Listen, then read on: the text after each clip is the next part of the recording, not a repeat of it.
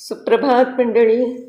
मी नीलिमा पटवर्धन आणि आपण सध्या वाचत आहोत डॉक्टर ज्योती चिंचणीकर यांच्या मंत्रित्व नाना या कादंबरीवर आधारित सौ मीनाक्षीताई देशमुख लिखित लेखमाला नाना फडणवीस. कालच्या पुढे सुरू करते. नाना आणि महादजी छावणीत एकांतात बसले. नानांनी विचारलं, पाटील बाबा, तुम्हाला इथून जाऊन किती वर्ष झाली? 13 वर्ष होऊन गेली. नानांनी दीर्घ सुस्कारा सोडून ते म्हणाले, पाटील बाबा, मी बोलून चालून कारकून दर्जाचा माणूस. छत्रपतींच्या राज्याची जबाबदारी शिरावर घेतली म्हणून छत्रपतींचं अवसान आम्हाला प्राप्त होऊ शकत नाही. असं का म्हणता नाना?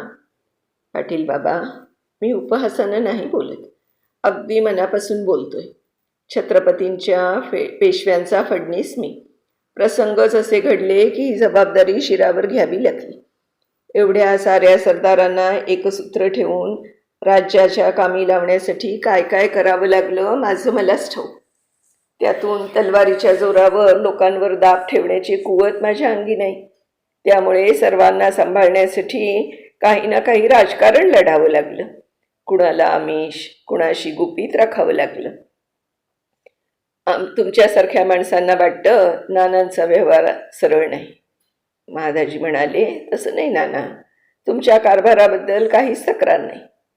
पाटील बाबा, तुम्हीच नाही तर अलीकडे खुद्द श्रीमंतांनाही आमच्या प्रत्येक कृतीत निराळा अर्थ दिसतो.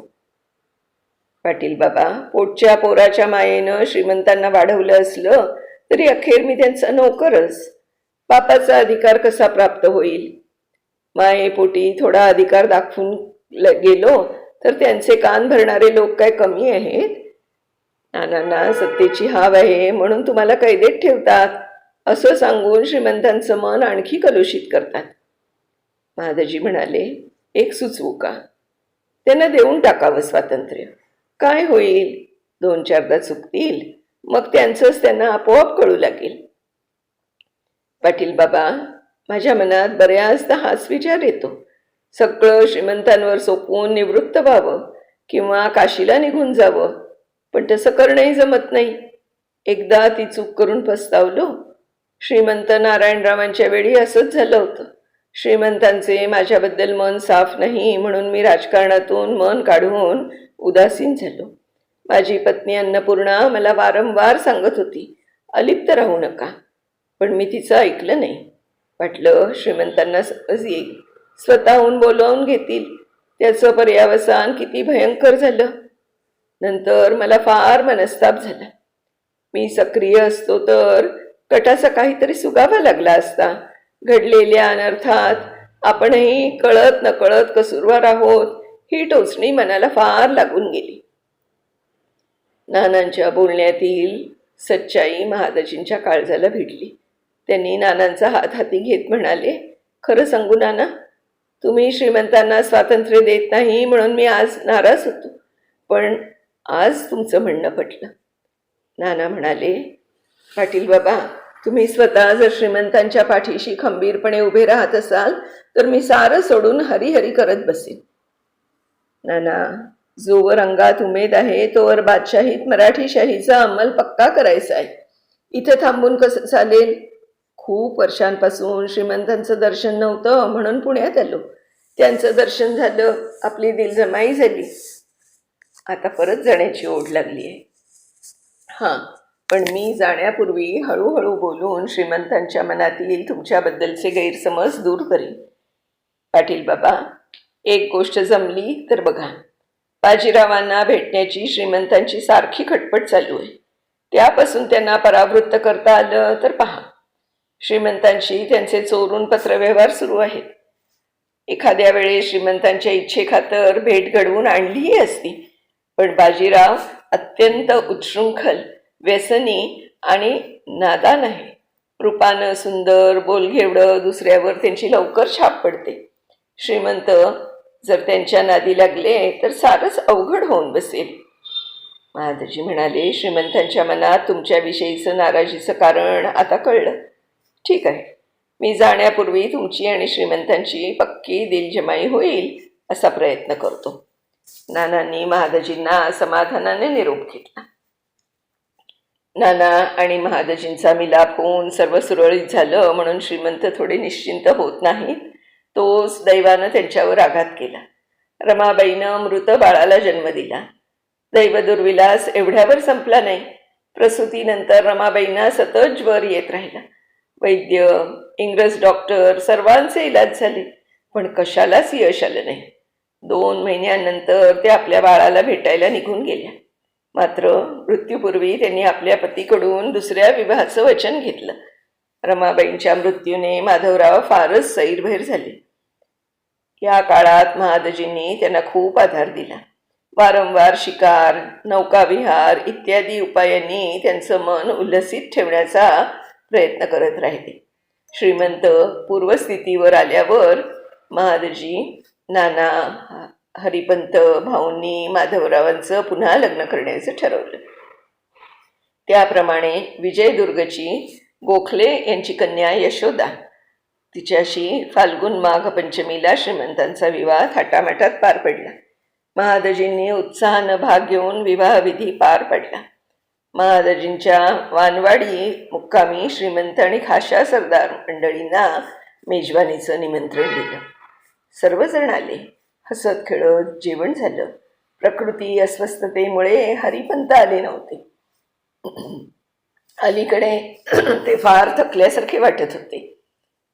महादजी शिंदेंना महिन्यापासून ज्वर येत होता.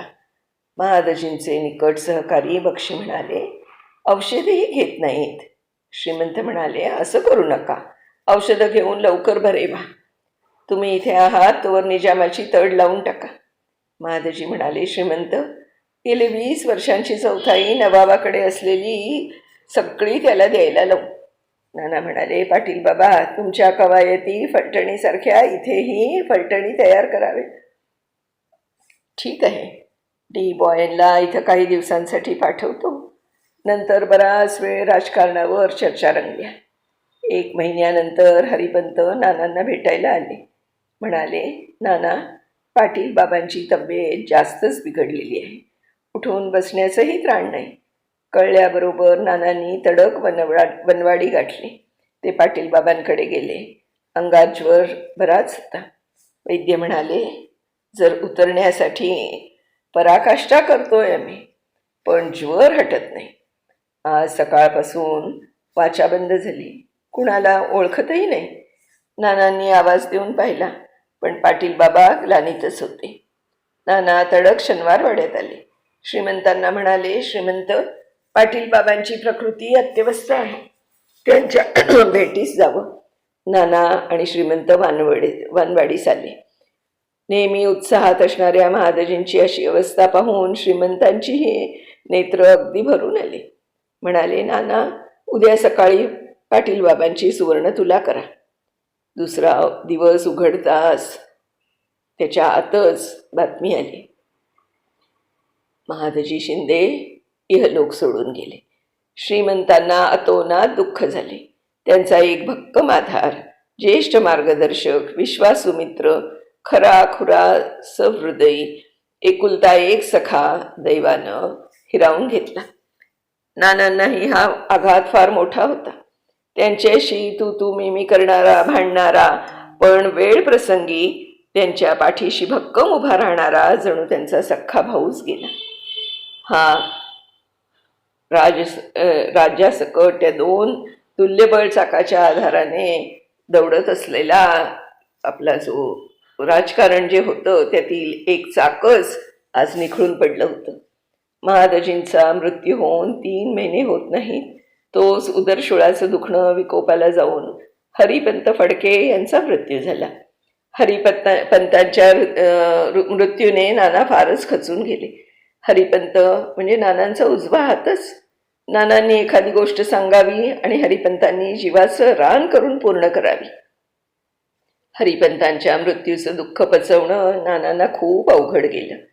नानांचा एकमेव जीवलग मित्र, सच्चा हितचिंतक, राज्याचा पक्का आधारस्तंभ, सैन्याचा कसबी सेनापती गेला.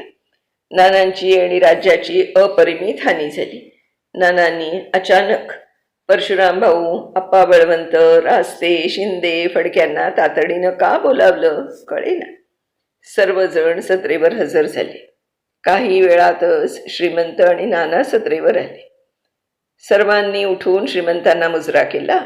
सर्वजण स्थानापन्न झाल्यावर नाना म्हणाले, हैदराबादहून गोविंदराव काळे यांची चिठ्ठी आली आहे.